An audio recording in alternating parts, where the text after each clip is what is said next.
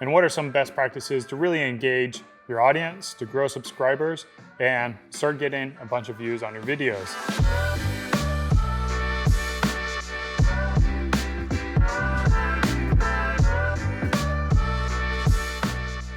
There is no absolute right or wrong way to create videos.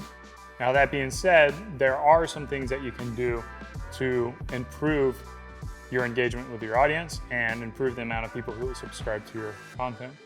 The first thing you want to do is have a regular posting schedule.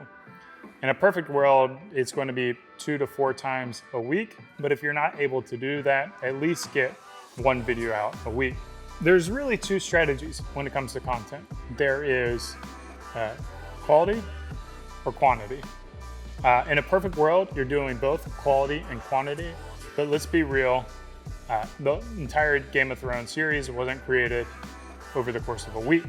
So knowing that, you have to find that balance that works well for you. As I've said before, I'm a big fan of progress over perfection, and then you're actually going to learn how to improve your quality over time by doing.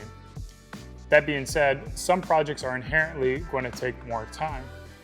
A video where you're sitting and talking in front of a camera, you can produce in about a half an hour and edit it up, and maybe another hour or so of editing. Whereas you may have a time-lapse type of video, or you may have a tutorial video, or you may have a video where you're cooking, and these type of episodes are going to take hours to produce, or maybe even sometimes days or weeks. In cases like that, you want to think about how can I be working on multiple projects at once to ensure that I have that regular flow of content. When it comes to creating that content, I want you guys to think about content from an evergreen perspective. Ideally, you want to avoid comments about what's going on in today's news, like the latest baseball game or football score, because that's going to quickly outdate your content, and you'll have potentially a lot of views up front, but it completely will evaporate over time. If you create content that is evergreen, which means people can watch it at any time and it'll be relevant for them, then you're going to see a stronger life cycle for your videos. The other important thing to do from a content strategy perspective is your content needs to stick within a certain theme. But a person needs to know what your channel is about, and they need to know what kind of content they can expect. In the early days, I would really recommend that you stick with one primary type of content, and then as you grow and as you add more content, then you can look at exploring new types of styles or delivery methods. Otherwise, it may be too jarring to the viewers and set your channel back a little bit, as viewers are expecting one type of video, and when they see in their subscription feed a different kind of video, they're less likely to watch it. And then because they're less likely to watch it, it will kind of ping you on the YouTube algorithm.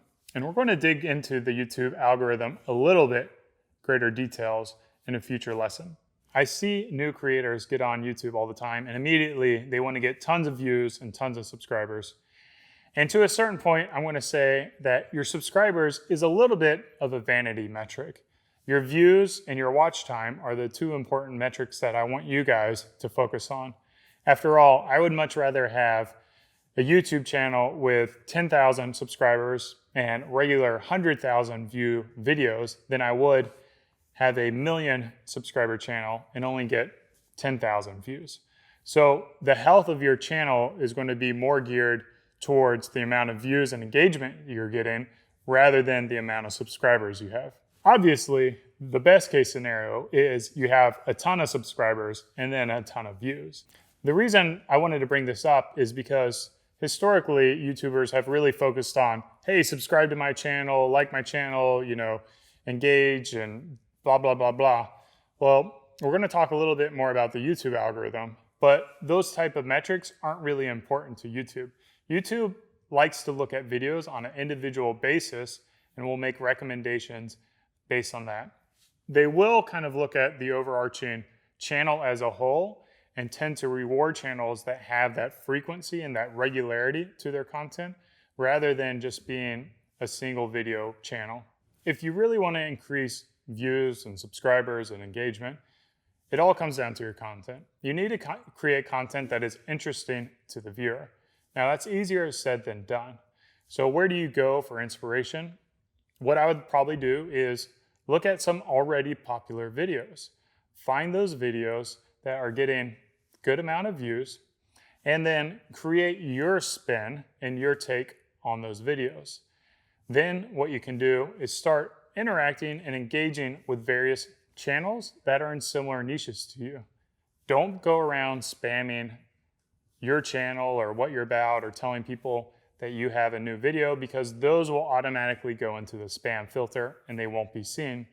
But if you start to engage with other channels in a similar niche, then you'll find that people will start to recognize your channel and your brand, and they'll kind of come over from there.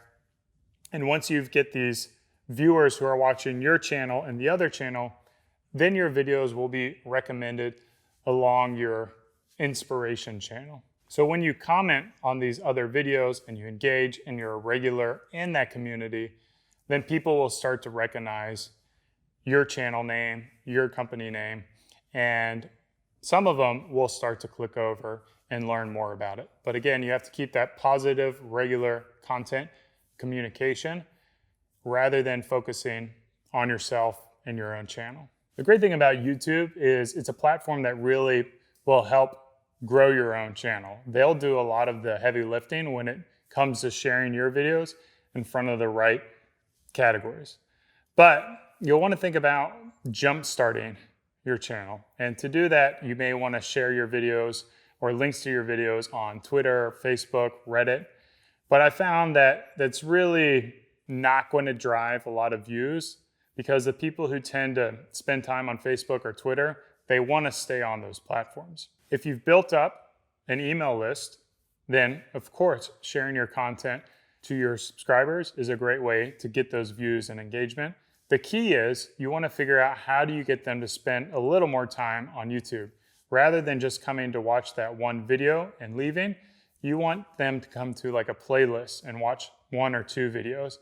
And that is an indicator to YouTube that your content is engaging and valuable to the viewers. Now, I encourage people to at least have about 20, maybe 30 videos off the top of their head that they know they can do to get the channel started. That will give you that strong foundation for generating your first few subscribers, generating a little bit of engagement with your audience, and starting to get comments. Comments are a great way to get inspiration for new content ideas.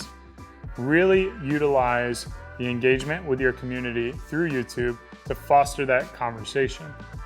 If it doesn't happen on your videos, you can also utilize the community tab, which have a polling feature. You can ask what type of videos they prefer to watch, why they like the things that they like, and really start that dialogue between the person on the other end of the computer and you.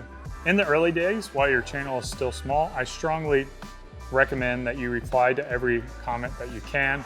You can like the comments, give them a thumbs up, and give them a heart as well. And this is going to help the viewer feel like they're part of your brand and part of your channel. So you should have a general idea for how you should be creating content, what that content should be, and how frequently you're posting it. Next, I want to talk about the YouTube algorithm and how you can really use that to catalyze and explode your subscribers and your views. The Foundr mission is to help you create an ass-kicking business and help you learn straight from the mouths of world-class founders.